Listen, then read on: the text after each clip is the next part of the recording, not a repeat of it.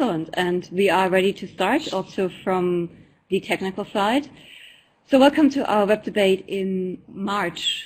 It's an absolute pleasure to have three excellent speakers with us, each an expert in their own field, but also to have an extremely diverse and especially big audience today. It's absolutely fantastic. So this is our web debate for the month of March.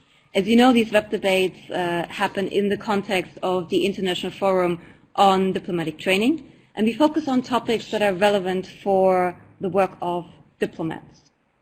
My name is Katharina Höhne. I'm a researcher with DiploFoundation, and I have the pleasure to moderate this debate. So today we look at humanizing immigration. And immigration is obviously not a new topic, but it is a topic that brings up strong emotions, very different narratives, some compelling, some conflicting, some misleading. And all in all, the topic of immigration has very real consequences for individuals and societies that need to be addressed. So today, we're trying to unpack these narratives, and we're trying to think also in terms of challenges and opportunities of intercultural relations.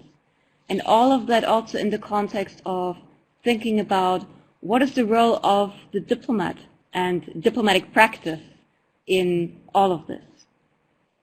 As I said, we have three excellent speakers that all come from different perspectives, but that all have something extremely interesting to say, and we're going to create a very interesting mix of different perspectives and insights. So just to introduce them very briefly.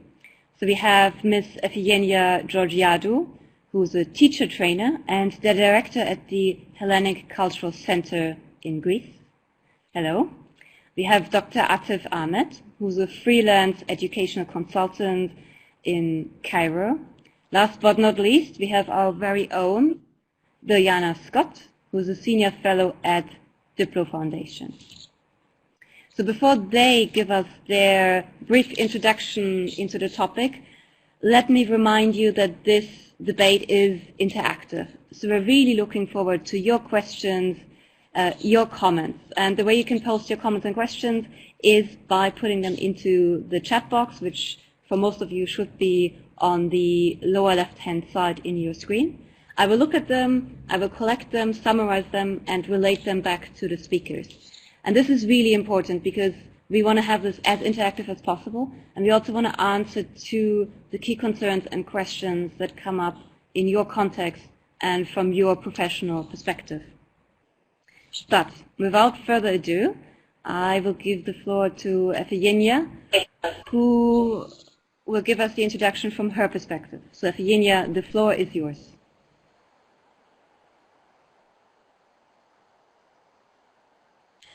Thank you, Katharina. Thank you for this invitation. You know that for everybody, and especially for us teachers who are in contact with other teachers and with children, is very important to talk about that. First, I would like to a little bit challenge the title of the debate today. You know that the humanism as a concept has been criticized, and I would say that many crimes have been committed in the name of humanism, in the name of humanity as a very abstract notion. Then sometimes humanism and humanity is only a pretext to dominate. The same goes to the words empathy and sympathy. Empathy, you know, that is sorrow, pity for someone who has a sympathy. Sympathy is a sorrow and pity for someone who has a problem. We can help him by, let's say, giving money, for example. But empathy is putting yourself in the shoes of others and really share his ideas and sentiments and feelings and opinions.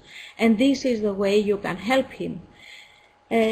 I'm telling you this because I'm going to speak about intercultural education. Now, again about the title. Humanizing immigration means maybe that we can speak about or we act towards migrants in a more or less inhuman way. Is that correct? Yes, it is correct, because we know all that in the hotspots, in the camps, migrants and refugees, especially refugees live in the camps, live in inhuman living conditions in the host countries, or there are state policies that are against them, they are not very welcoming, or of course they experience racism throughout society. One can also answer no, because they have many advantages. Sometimes they have more advantages than the locals. They have better access to the labor market. They enjoy protection by the modern states, and their children are going to schools, and they enter the universities. They are supported nowadays by so many organizations and NGOs. I believe that other speakers will talk about the immigration crisis and refugee crisis. We know that they come because of the economic crisis, environmental crisis, and the political crisis in their countries. And they come mainly to Europe. Why Europe? Europe is a multinational society. It was always a multinational society and is still evolving as an ethnic, cultural, and geographical concept. And I believe that this is one of the most characteristic features of Europe, of European societies. We have variety of ethnic groups, of cultural groups, and we have a wide range of cultural expressions in this area of the world. So we can say that we are like a palimpseston, it's a Greek word. So Europe's future, in my opinion, as a democratic, peaceful, rich part of the world, depends on its ability to adapt to a heritage of an increasingly complex set of identities, and to manage to take advantage of it. Here I have to tell you that not all European countries have the same policy towards migration, and especially towards the refugee crisis. And this shows exactly how much money is spent in either in asylum policies or integration policies or return policies in each member state of the European Union. And you see, you cannot find any country which is similar to the other. In general, we know that there is not a common European migration policy, unfortunately. We could say, and many people discuss about the problems that we have in Europe, and we run, and especially we in Greece, we are inside the financial crisis. Yes, European society have problems, but I would say that they are problems of development. One of these problems is the challenge of immigration. We are attractive countries because we are rich countries. Even the most poor countries among us are rich countries.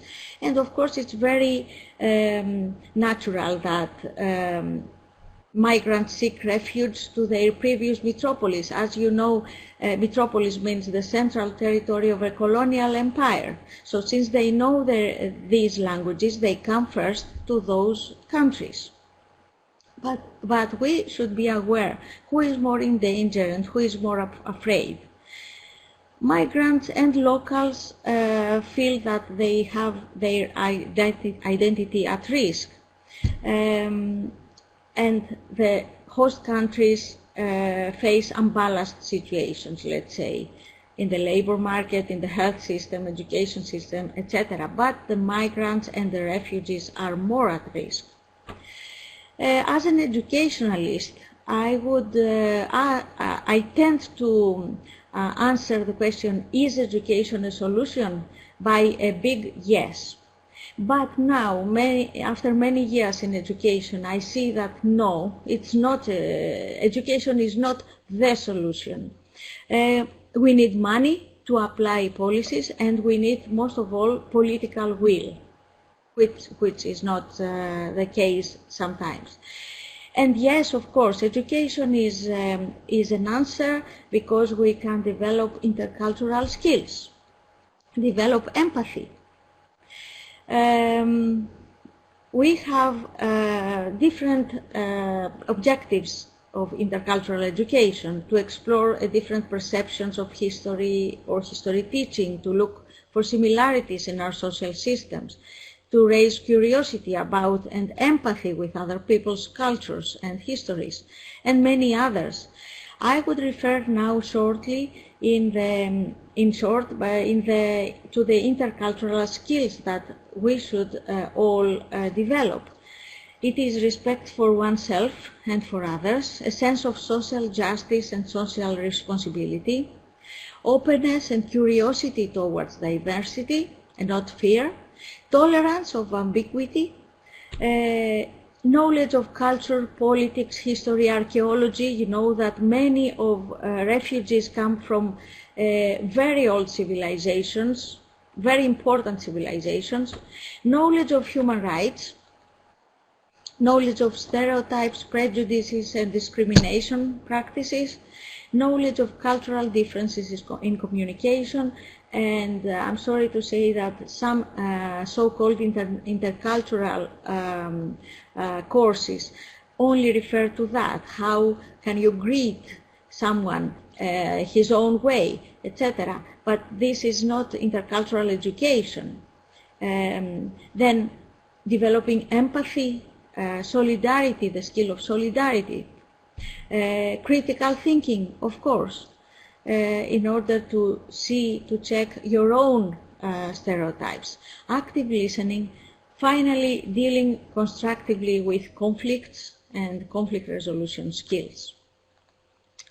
I will finish in a while saying about the different programs that are giving money, funding for having intercultural education for teachers and for diplomats and for other people.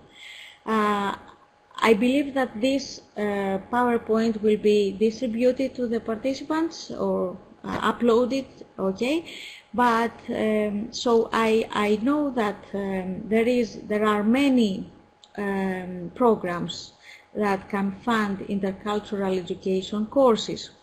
I would say that the Council of Europe has done a lot of work and offer a lot of seminars for intercultural education for youth workers mainly. SALTO is one of their centers for intercultural education. Also, the ICC, International Language Association, where I am coming from, we organize a conference in Berlin in May, early May, and we are going to talk about intercultural education and language in a multicultural world. Our center, the Hellenic Culture Center, which is based in Santorini and in Athens, Greece, offers very often intercultural education courses for teachers. Maybe my time has been. Yes, I would suggest we stop here, and I think other points we can bring into the debate as it moves on. Just a couple. Thank you. Exactly. Some interesting observations. So your slightly more critical perspective on humanism, the difference between empathy and sympathy you introduced, Europe as an evolving concept to something that is in motion, and then particularly the intercultural skills you outlined. And I think that is all of these points are points that we will get back during question and answer, because all of them demand more attention. But for now, let me turn the focus to Atef for his overview introduction. And similar to Ifigenia, Atef is also an educationalist, so I'm wondering if there's going to be a bit of a similarity in the perspective and also the emphasis on intercultural skills. But we will see. Over to you, Atef. Thank you so much. Before I start my presentations, I'd like to thank DiploFoundation for inviting me to talk about this hot topic. And before I talk, let me first clarify a very important point, that human immigration is very old and natural phenomenon. And we have seen that immigration, a lot of waves of immigration happened from Europe to North America, or from Europe to Asia, or to some countries. So we are not talking about a new phenomena. However, immigration is changed from a humanistic social phenomenon that contributes to the transfer of cultures and the contact of peoples to one another, into the phenomenon of transfer of violence, drugs, destruction, fear, terrorism, and even some people think that it leads to the clash of peoples. And I think this is not true. In that context, I remember a short verse in Quran says about a human being, when God says, "O mankind, we have created you out of male and female, and we have made you nations and tribes, that you may know and do good to one another. Surely the most honorable of you in the sight of God is he who guards against evil the most. Verily, God is all-knowing, all-aware." Let me also say that illegal or illegitimate or unorganized immigration, and I like the word unorganized immigration so much, because actually it expresses about what it happened now on the international stage regarding the immigration. I think it's one of the most threats to European countries nowadays, because some immigrants are involved in legal actions, and I fully understand why many European countries took a firm decision to address illegal phenomenon by adopting a security approach and also applying preventive laws to confront this phenomenon, and also to protect their national security. However, we are talking about the right of man, I mean capital M, man, to be secured and have a better life. And we are talking mainly about the human being, not politics. And I think we have two main reasons which depicting the image of unorganized immigration as a threat to European countries, especially after 11 September attack.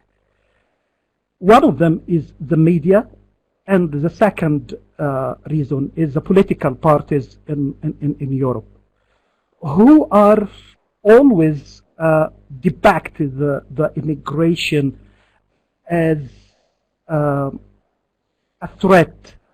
It's not a humanistic social phenomenon that contributes to the transfer of cultures and the contact of peoples to one another, but transfer to the violence, terrorism, and destruction. So what happened that immigration pictures or phenomenon became linked to the organized crime, gangs, and a group of suspicious immigrants who may create a threat to social security in hosting country. I think that that is very important, but we don't look for the picture behind that. And please, I wanted to just to think about these pictures. This is Ilan, a third year's kid, was found drowned on the coast of Turkey, I think. He was traveling from Syria to Greece, but he was found dead and drowned. And please look to this picture. This is a kid also from Niger in Africa. He tries just to wake up his mother. She was dead as a result of the conflict in Niger, in that area. I think this is a very famous pictures about that. And look to, these pictures and think for a few seconds about yourself. If you suppose that yourself in a country full of conflicts, wars, unrest, lack of political participation, lack of justice, equity, equality, low life conditions, and I have a family, I have a kids. So what I will do? So the most important thing is just to understand the human being, because if we understand the human being, that means we will understand how we can deal with this situation. And I like this picture so much. I have found it on YouTube. This guy it just only says we want to see who these people were and make a human connection and form an opinion. That is the humanitarian instance. This guy is very intelligent, and he wants to see who are those people. That is very important. But as threats, I don't think so. And please look to these kids and look to the sequence of wars and the conflicts in the Middle East and in Africa, and look to the children trauma.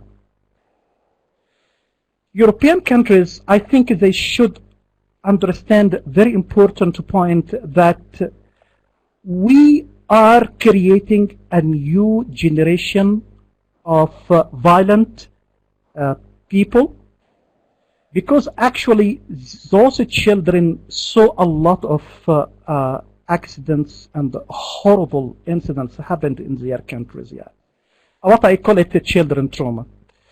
And maybe instability in Syria, for example, or in Yemen, for example.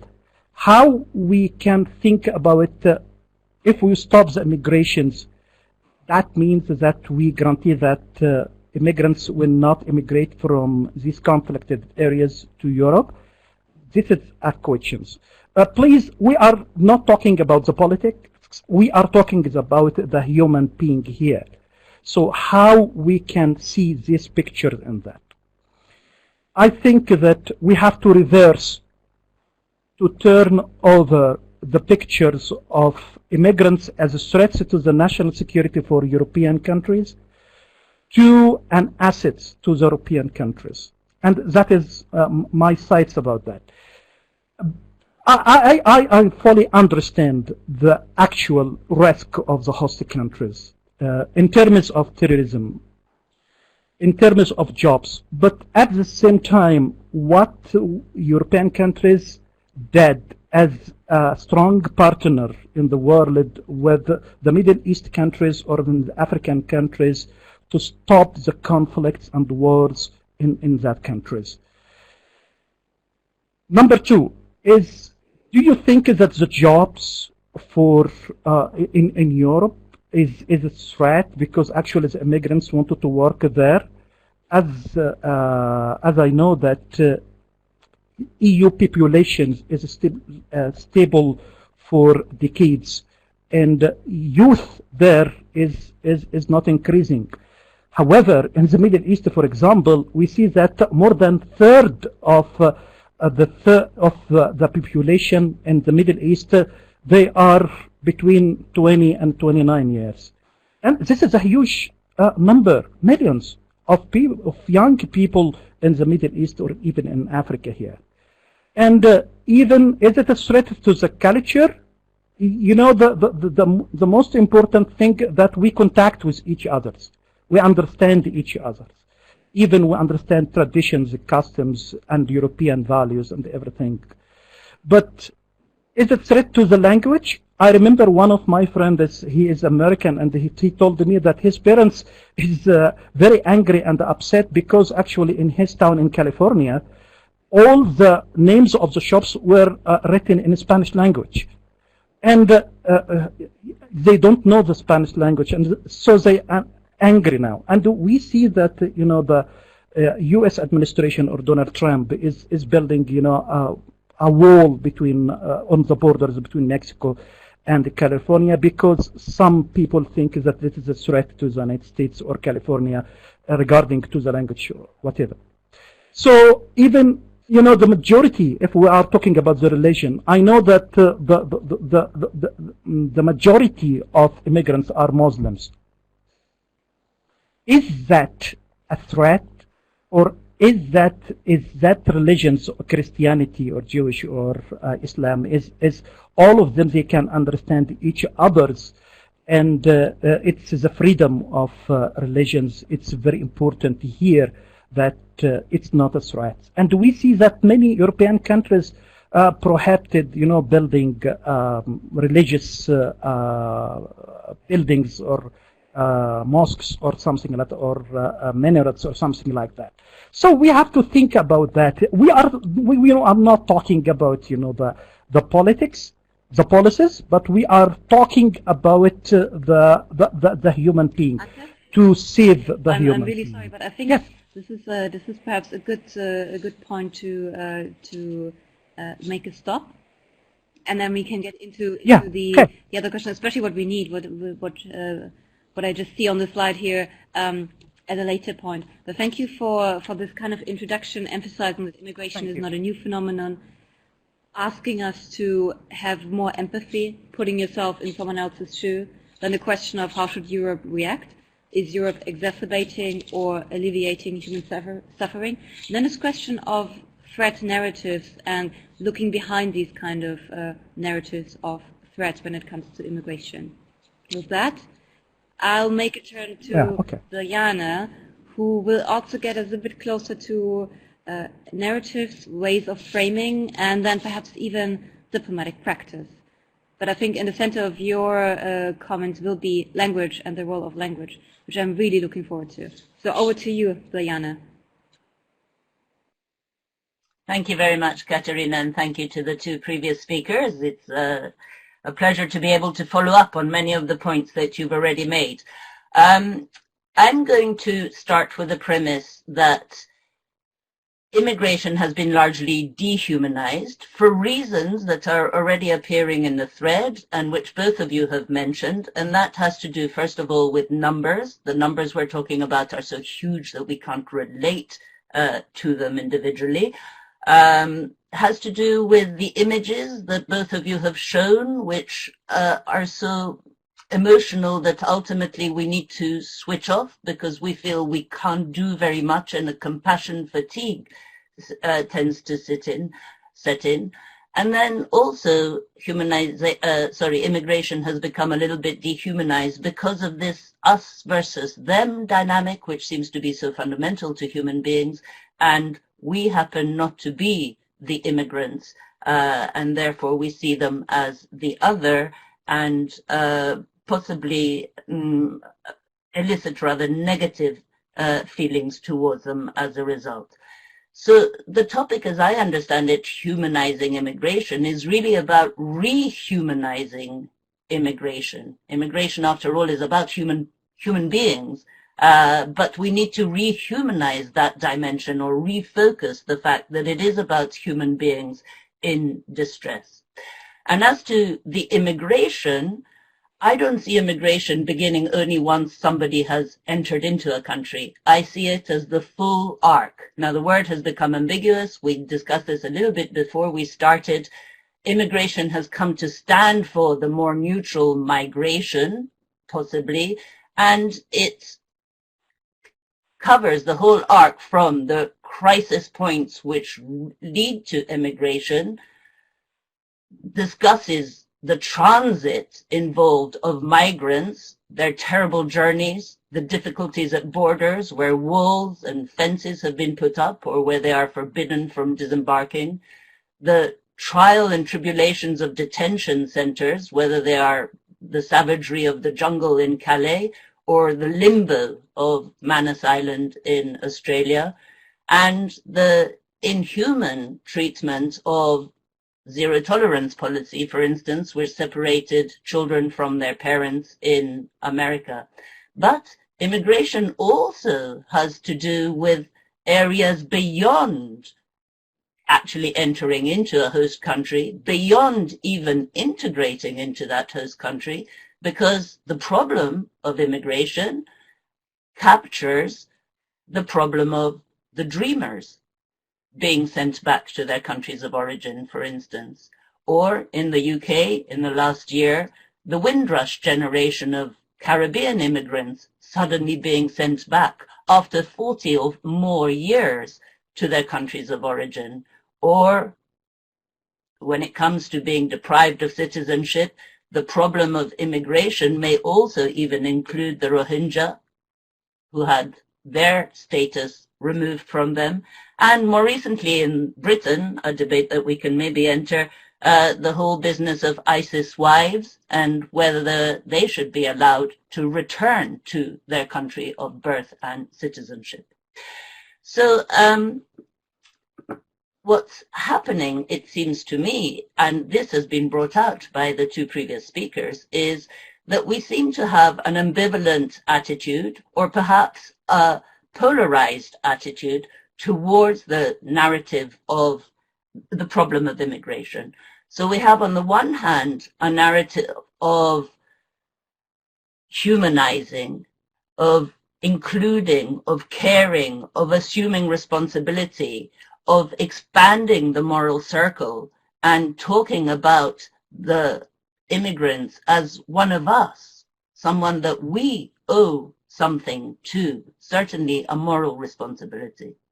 But an alternative narrative, equally prevalent and on the ascendant in populist countries, has to do with dehumanizing immigrants, seeing them as the other, excluding them, barring them, denying them even human status. And these two narratives seem to be very entrenched in us as human beings. The reason for that probably has to do with our evolution. And there's a very interesting book indeed by somebody called Robert Sapolsky, Behave, the Biology of Humans at Our Best and at Our Worst, who looks into this very issue of our identity, how we draw the line between who is in group and who is in the out group, and how we tend to aggrandize ourselves and demote others. And he looks at it from the neurological, biological, endocrinological, every possible perspective, including the moral perspective. My own interest is very much in the ways in which language frames how we talk about immigration. And a particular area of language that I find very relevant is logical fallacies. So logical fallacies are arguments which are thought to be in some way misleading because they're not fully rational, and yet which are terribly effective because they're persuasive to us on an emotional level. So for instance, if we go back to the previous two narratives, we have the appeal to emotion in the Aylan Kurdi case, an appeal to compassion, to fellow feeling.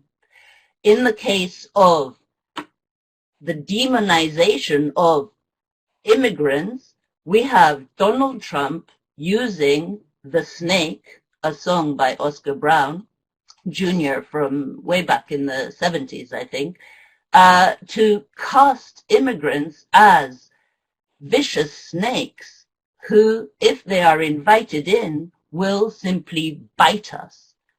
And we will have deserved that fate by virtue of having invited those immigrants into our houses. So the poem itself has a refrain which says, "Take me in, O tender woman, take me in for heaven's sake. Take me in, O tender woman," sighed the snake. And the woman, the tender woman, does take the snake in, only to be bitten. And when she asks the snakes, "Why did you bite me? Now I will die," the snake replies, "Oh, shut up, silly woman," said the reptile with a grin. "You knew damn well I was a snake before you took me in." So what you have here is two conflicting narratives, the tender versus the tough. And my suggestion is that those narratives have always characterized us as human beings, and they characterize the current debate on immigration equally well. So why well, first of all, let me come back to logical fallacies. Logical fallacies are appeals to emotions, whether they are emotions of compassion or emotions of fear and threat, as you have mentioned. Logical fallacies can include appeals to essentialism, the idea that every culture has an essential defining quality and that every human being has an essential identifiable identity as well. Logical fallacies also include slippery slope arguments and metaphors, speaking through allegories and through symbols. All of these are fallacies and potentially misleading, depending on who is using these rhetorical devices for what purposes and to what success. Why do they speak to us? Because they speak to our emotions, they speak to our fears, they speak to our sense of who are we? And who are we in contrast and in comparison to others, for instance.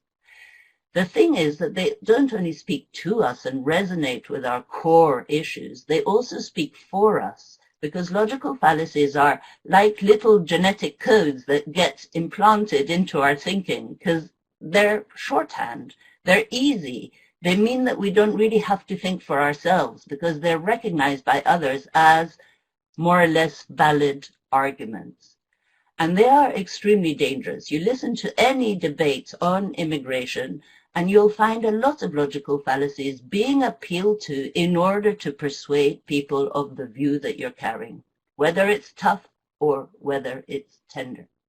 Now, can we change? Can we escape from the grip of these logical fallacies? Or are we all doomed? I think we definitely can change, and it's very obvious that one of the ways in which we change is how we tell a story, how creative we are in framing a story.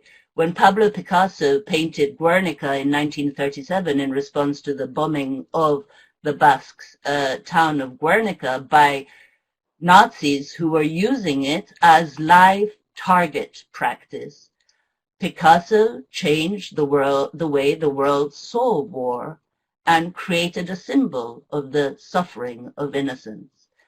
When Fadi Abu Hassan in 2015 appropriated a small area on the top right-hand corner of Guernica and recast it as a symbol of migrants crossing the Mediterranean today, he transformed my view of those migrants by adding a whole historical cultural resonance to it.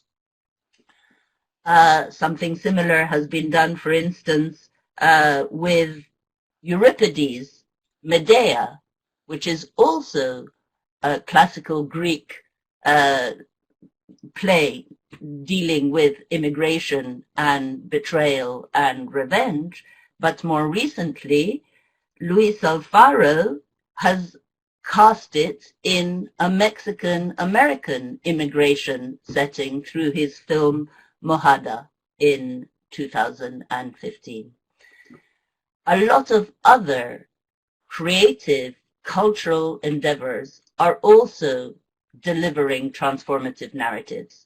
And of the ones that I list here, the jungle perhaps is worth singling out, because one of the responses to the jungle, the Calais jungle, was that the play's message is, and I'm reading now from a review, it's transformative. While it's possible to come out with your views about the asylum issue unchanged, it's impossible to think about the refugees in the same way. They become human, says the reviewer. You laugh with them and you laugh at them, and you ask, and this is already happening as audiences leave the West End previews, what can I do? What can I personally do to reach out to these humans? That is humanizing immigration at the cultural level. The Nadine Labaki film Capernaum, if you have seen it, is appealing to all of us and asking the question, why is it worth being born if we must live a life that lacks dignity? Again, all topical, creative attempts to address the humanization of immigration. Let me stop you at Now, this point. That's where I wanted to It's start. an excellent way to lead into debate and a very strong appeal. And I think all three of you have made very strong appeals for different ways of thinking of humanizing migration. From your presentation, Biljana, I really liked the fact that you emphasized that immigration is a process, that you helped us think about entrenched narratives, logical fallacies and how they appeal to our emotions and our collective identities. And then the important thing, turning this around by looking at narratives of transformation. I think that's fantastic. It really also feeds in with a couple of questions we already have from participants. And there are 4 questions I would like to highlight. What I'm going to do is I'm going to take them all together and then relay them back to you, and then you can comment on them. Please be brief, because time is running so incredibly fast. It's unbelievable. So in your answers, please be as brief as you can. So, Ole Guldal asks a very interesting question that fits with what Biljana already said. And he's basically saying there is this negative attitude towards immigration. How can we change this? And Biljana addressed this beautifully. But if you have other additional comments, please bring this forth. He also says the debate is often framed in a very technical perspective, so what can we do? And again, Biljana already made some brilliant points in this regard. Another question is, in terms of framing migration, from Yolanda Spies, who basically asks, migration seems to be discussed as a security issue more and more. What do you see as the challenges of viewing migration through this lens? Then a very interesting challenge coming from Mulesa Muya, I hope I pronounced this correctly, and she challenges us to actually change perspective from a European perspective to a different kind of perspective. She says, I'm interested to know how intercultural education can benefit Africa, knowing that Africa is the most affected when it comes to migration due to war, disease, and search for greener pastures in Europe, for example. That's an interesting challenge, and I think it's a perspective we have not addressed yet. Last but not least, a question from Victoria Romero, who basically asks, so immigration is this process, but can we foster or can we engineer integration, and should we even try? 4 very big questions leading into very different directions. Over to you. I would go in the same order as we started, so Ifigenia, Atef, and then Biljana. And please be as brief as possible, because then we maybe have time for another round of questions. But over to you.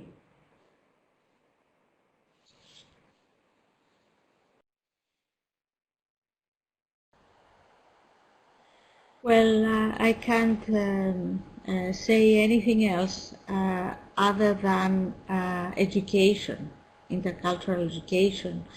But I want to remind that I have already said, I'm talking about how can we change it. I have already said that the political leaders should have courage diplomats as well should have courage to have policies, different policies than the ones we follow now, and to give money to integration. But in general, my own answer is education, intercultural education, which is very important for the multicultural societies we all live in. And it addresses everybody, not only the migrants and the refugees. Now, I'm taking another question about, or maybe you want to have a round on the first question first? No, all questions, okay. All the questions I summarized now together. If you can, in very brief, focused comments. Yes. About the Islam, I would say that religious education, again, should change in every country. And the way we integrate religion into our lives, and understand that in order to be, if we like to be, better Christians or better Muslims, we need tolerance. And all religions do this, ask for that. So I don't think that Islam is makes us insecure. We should not be insecure.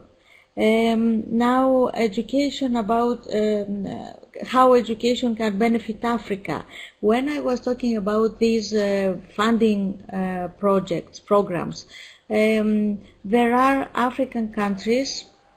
All African countries can participate in different European Commission's Erasmus Plus program through the youth program and other programs. So there is funding so that they can do projects together. And I'm not sure about the fourth question. Can you again repeat, please? I think the fourth question I relate to you was this question of integration, whether it can be engineered or fostered, and whether we should even try. Yes,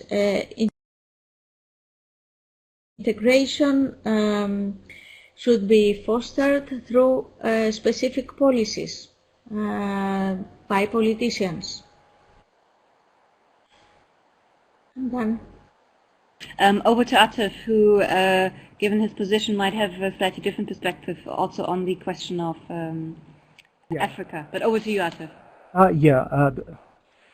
Well, I think that we need for integration for the immigrants, number one is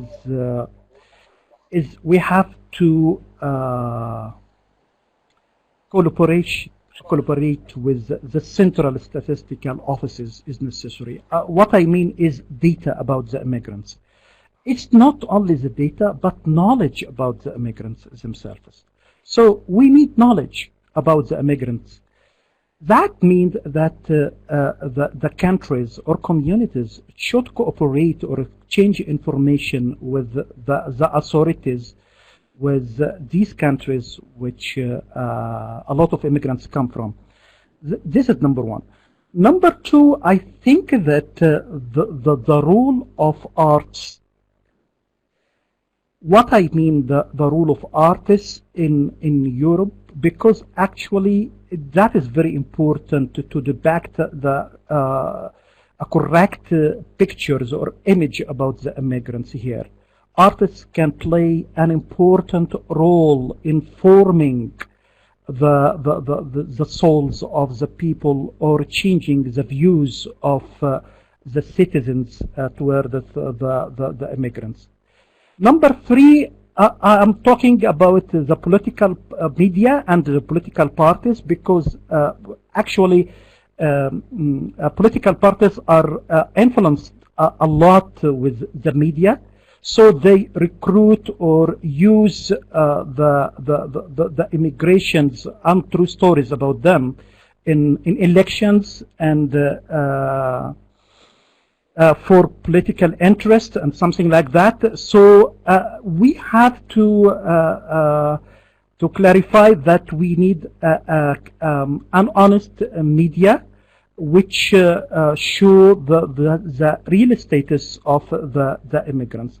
Number three, I think that diplomats always cooperate with corporates, with civil society organizations, with the government, with others, but they neglect to cooperate with the religious entities. That is very important, because actually when we talk about the human being, we are talking about the religions. So because actually all the human beings' values came from the religions, whether it's Islam, Christianity, or Jewish, or something like that. So that is very important when we talk about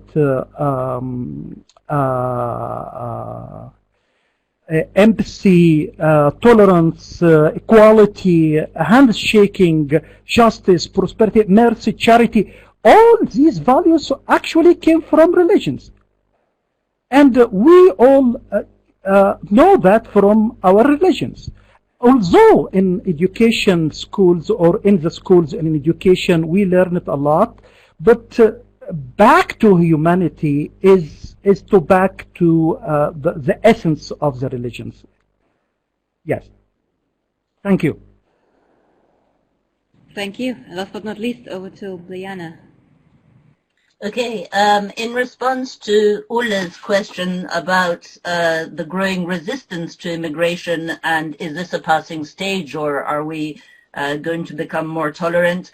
I hope that this is a passing stage, but as you know, I believe that this debate between a dialogue of tolerance and a dialogue of intolerance is one that characterizes mankind, and there are always going to be weighing up against each other. There's no escape from it. We certainly mustn't get complacent.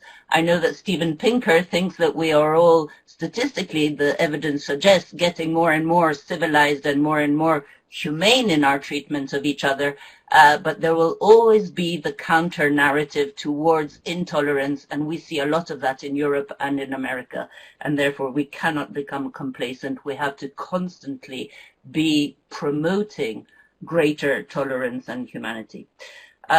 In response to Yolanda's question about the securitization of migration, and is the link between immigration and security a dangerous one to focus on, it's a necessary one to focus on, and therefore it would be dangerous to avoid it, simply because some people might then connect the two and think that immigration is all about security.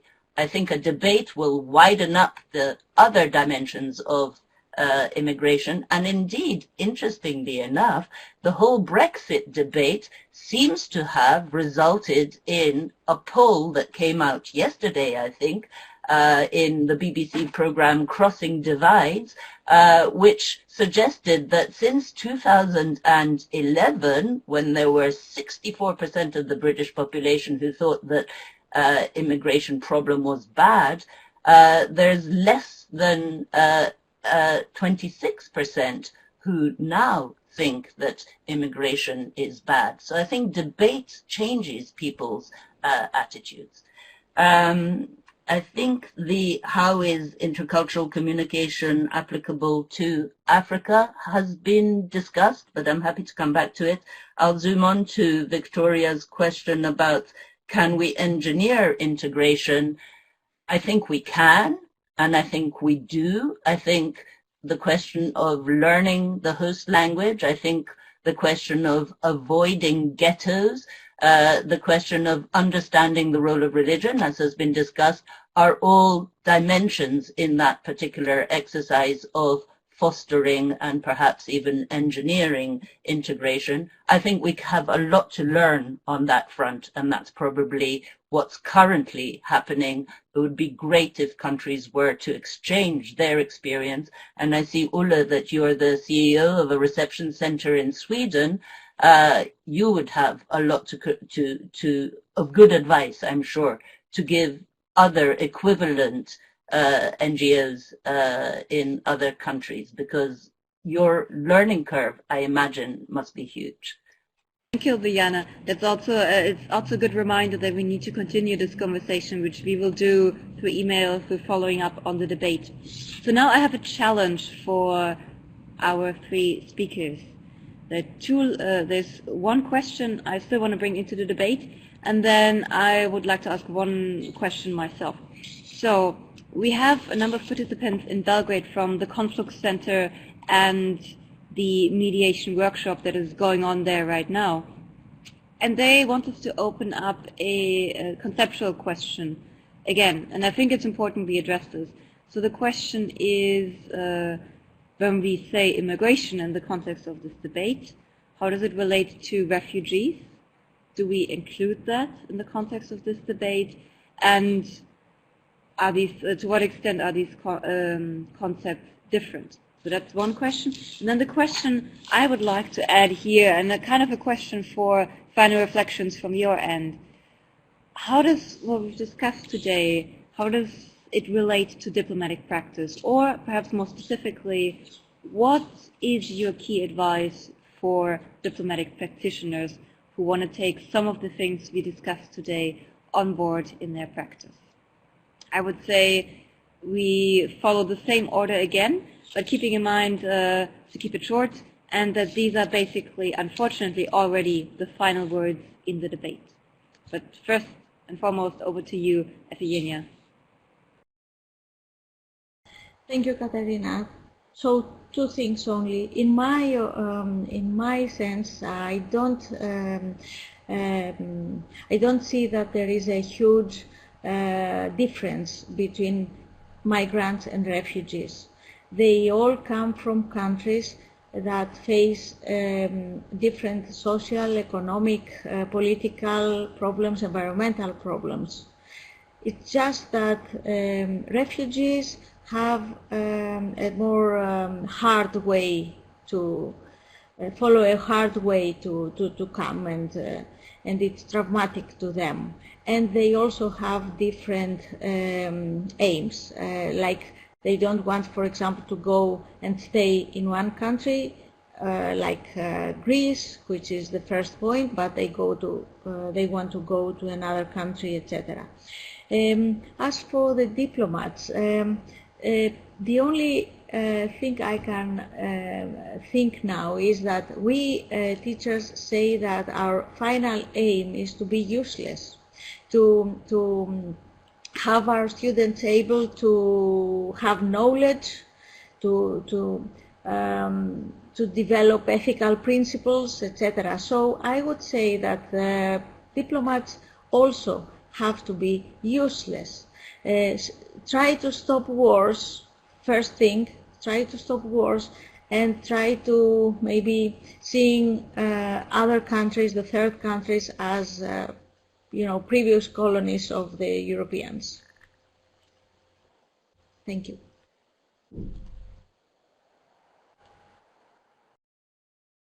Well, I think that it's very hard to just only to say suggestions about that, but anyway, it's to stop immigration or illegal immigration is impossible. So I think that diplomats should think about a new policy for immigrations, and I'd like the idea of opening the door of immigration to Europe, but legally. And I think that the idea of blue card, which is a blue card or white card, I don't, yeah, okay, whatever, which is similar to the U.S. green card in United States, which allows immigrants come to the United States from different countries, especially the developing countries. That is very important, because actually stopping illegal immigration is impossible. So at the same time, diplomats should think about how we can make a balance between protecting the national security and also opening the door to the immigrants to be residents for to work or something, work permissions or something like that. That is very important. Number two is cooperations with the importing countries. Importing countries, the countries which immigrants come from. They should first, both of them, they should cooperate together first. Because actually here the responsibility is not for European countries only, but between the two sides. They should help these countries in development, in teaching global education, in making these countries stable. That is very important. Mainly in development. Mainly in development. So cooperation between the two sides must be bigger or larger than that. That is very important here. So let us think for a new policy for immigrations, but legal immigration, and then I know that we can take, we have firm laws or preventive laws or preventive policies which reduce the numbers of immigrants, but we will not stop them. That's all. Thank you.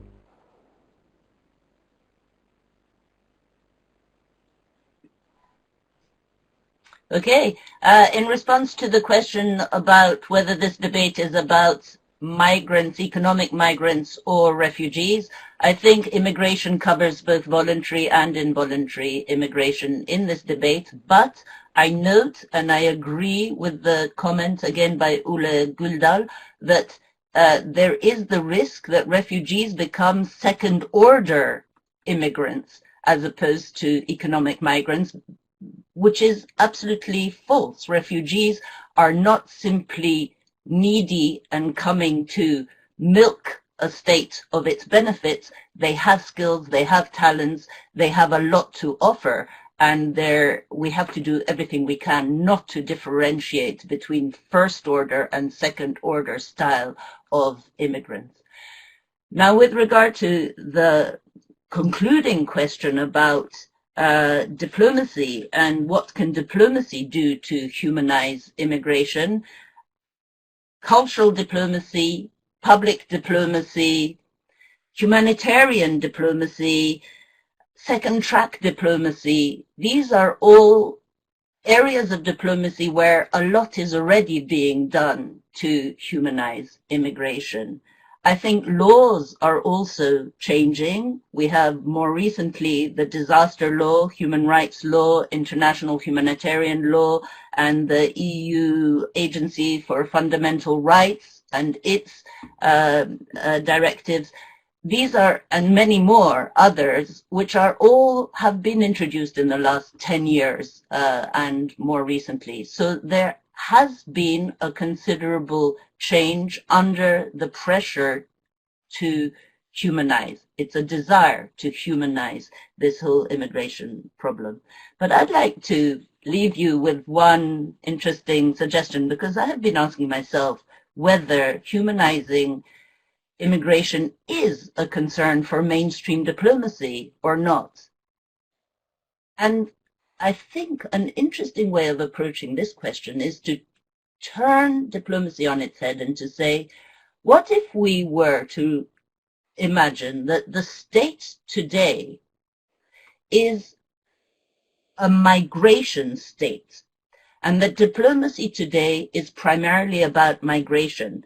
And what I mean by that is that a migration state is one where the management of migration flows is a central component of state functions and interests. So instead of seeing migration as a side issue that's a bit of a thorn in the side of mainstream diplomacy, we see diplomacy primarily as the concern of the kind of states that we have become today, and that is a migration state.